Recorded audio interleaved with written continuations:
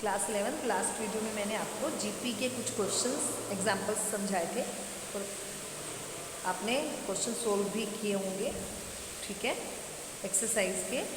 तो अब देखिए नेक्स्ट एग्जांपल क्या है। The sum of the first 3 terms of a GP is this. 3 terms का सम जीपी का ये दिया है and their product is this, और उनका प्रोडक्ट क्या दिया गया है, -1 दिया गया है। तो जब भी आपको 3 टर्म्स आ जाएं जीपी की, तो आपको ये याद रखना है कि आपको 3 टर्म्स कौन सी लेनी है। जैसे एपी की भी 3 टर्म्स का एक मेथड रहता है, क्या लेना है, इसी तरह जीपी की भी। देखिए जीपी की 3 टर्म्स कौन कौन सी लेंगे, let a upon r a and a r be the 3 terms of GP. ये 3 टर्म्स लेनी है। क्यों लेनी है, क्योंकि आपको मालूम है इनका रेशियो सेम होना चाहिए। देखिए जब इसको इससे डिवाइड करेंगे तो आर आएगा, इसको इससे डिवाइड करेंगे आर, तो क्योंकि सेम रेशियो हो जाएगा। ये आपने 3 टर्म्स मांगे और इनका सम दिया गया है। क्या दिया गया है, सम।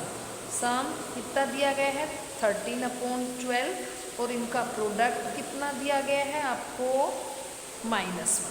ये दोनों दिया गया है और आपको निकालना क्या है, common ratio and the terms, मतलब ए और आर निकाल कर आपको इसमें वैल्यू पुट करनी है। देखिए आर से आर कैंसिल हो रहा है, ए इंटू ए क्यूब हो जाएगा -1 के ऊपर। तो -1 को आप -1 क्यूब लिख सकते हैं। तो यहाँ से ए की वैल्यू आ गई आपके पास -1, ठीक है। अगर हम अब ये वाली वैल्यू -1 इसमें रख दें तो आपके पास आर की आ जाएगी, तो रख दीजिए ए की वैल्यू, है ना, या तो ए कॉमन ले लो पहले इसमें से,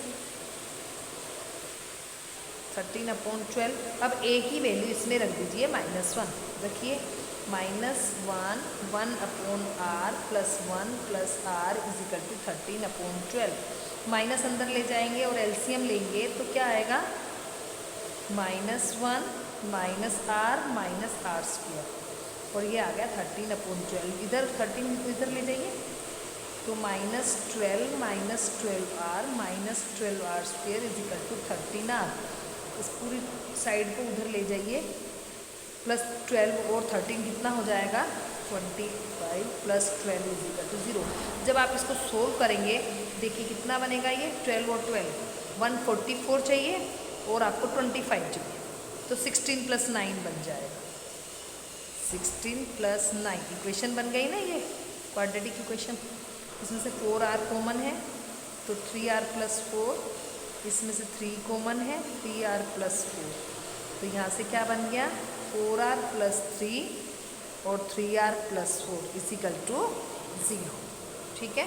अब यहाँ से सोल्व करेंगे तो r की वैल्यू एक तो आ रही है -3/4, एक आ रही है -4/3।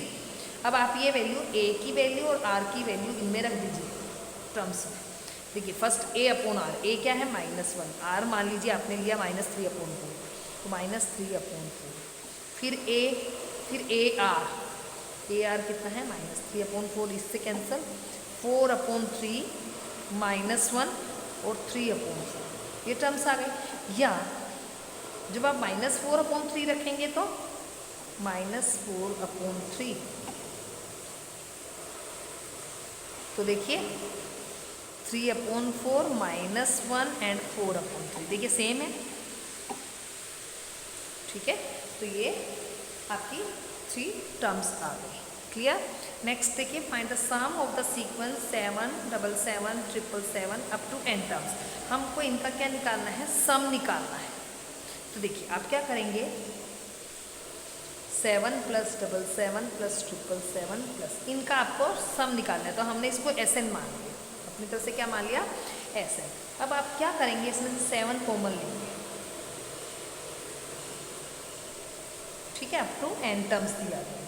अब हम क्या करेंगे, 9 से मल्टीप्लाई और 9 से डिवाइड कर देंगे। ये मेथड याद रखना है आपको कि 7 8 5 5 इस तरह से जितने भी क्वेश्चंस आएंगे सबका मेथड यही रहेगा, ठीक है।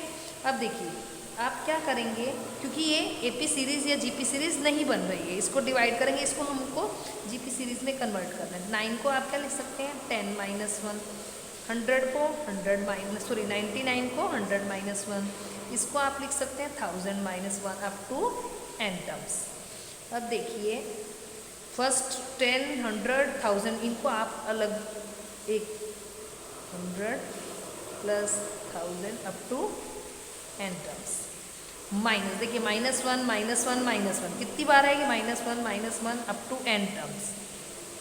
यहाँ से देखिए ये आपको अब डिवाइड करके देखिए, 100 को 10 से डिवाइड किया, 10, 1000 को 10 से डिवाइड किया, 100 से 10, रेशियो सेम चल रही है तो जीपी सीरीज बन गई। तो इसमें ए की वैल्यू 10 है और आर की वैल्यू भी 10 है। तो फॉर्मूला लगा दीजिए सम ऑफ n टर्म्स का, a इंटू 1 माइनस आर की पावर n। अब क्योंकि आर 10 हमारा 1 से ग्रेटर, तो 10 की पावर n माइनस 1 लिख दीजिए अपॉन 10 माइनस 1 एंड दिस, इसका ये फॉर्मूला बन गया। एंड माइनस देखिए ये 1 1 1 कितनी टाइम है, n टाइम्स, माइनस कॉमन लेंगे तो 1 + 1 + 1 n टाइम्स है, तो कितना बन गया n। अब इसको सोल्व करिए, 7 अपॉन 9,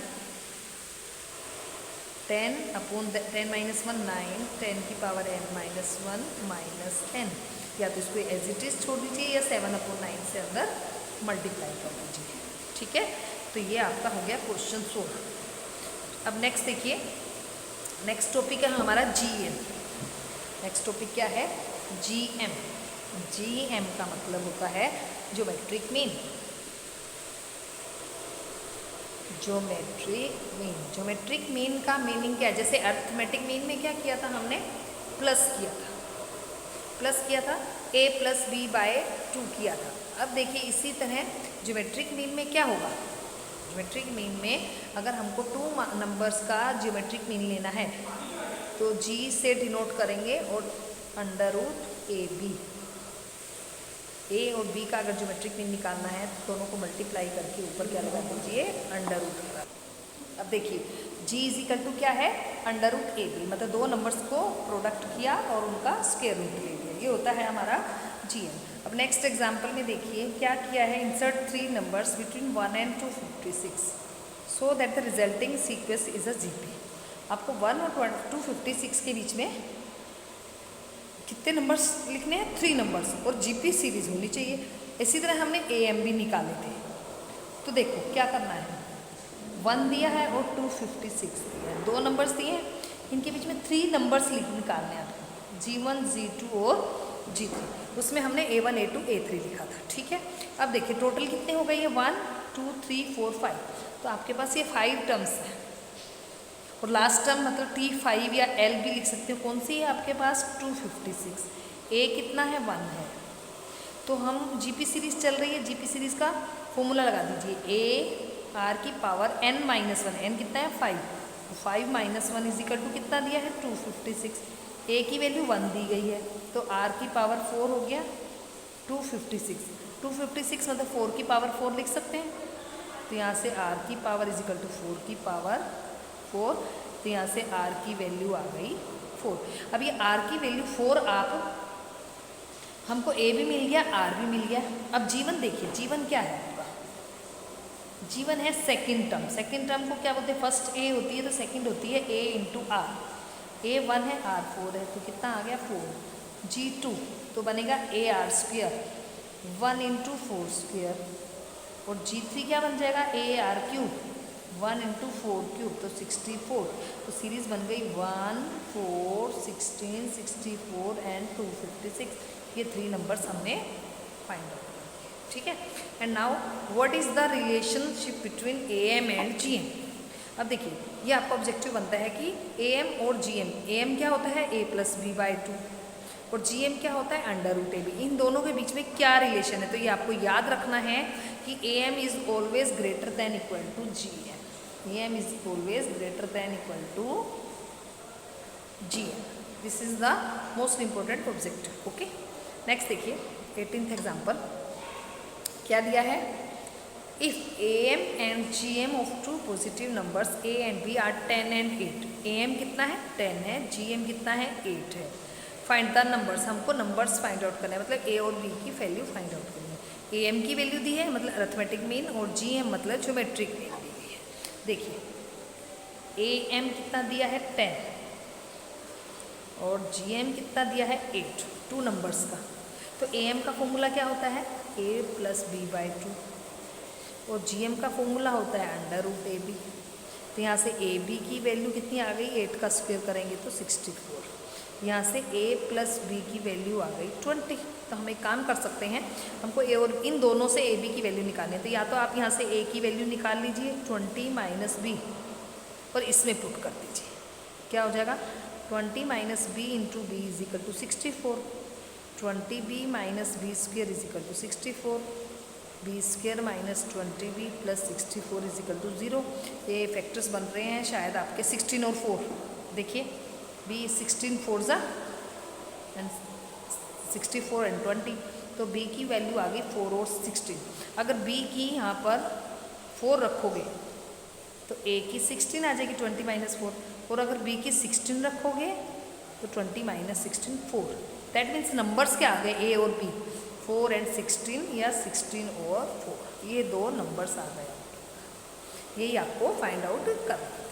ठीक है, इस पे बेस्ड आपके पास एक्सरसाइज के क्वेश्चंस भी हैं। देखिए ये जो 9.3 है ये आप कैसे सोल्व करेंगे, मैंने उस दिन आपको यहाँ तक बताए थे। 10 तक आपने बेस्ड थे क्वेश्चन। अब ये देखिए how many terms of the GP are needed to give sum 120, है ना। ये आपका किस पे बेस्ड है, एग्जाम्पल नंबर देखिए इस ये रहा 13। ठीक है, 13 पे बेस्ड है। 13 जैसे आपको करना है। Sum of 3 terms of GP 16। 3 terms वाला क्वेश्चन ये जो मैंने अभी बताया कि 3 टर्म्स वाला क्वेश्चन ऐसे करना है। ठीक है, find a GP sum 5th term 3rd term, ये क्वेश्चन आपको 11th एग्जाम्पल की तरह करना है। ठीक है ना, इस तरह से आप ट्राई कीजिए, जो नहीं होंगे वो मैं आपके डाउट्स में ले लूँगी। क्लियर है। अब जैसे ये है ना, ये 7 वाला एग्जाम्पल है हमारा 777 वाला, इस तरह से आप ये उसकी तरह कर सकते हैं।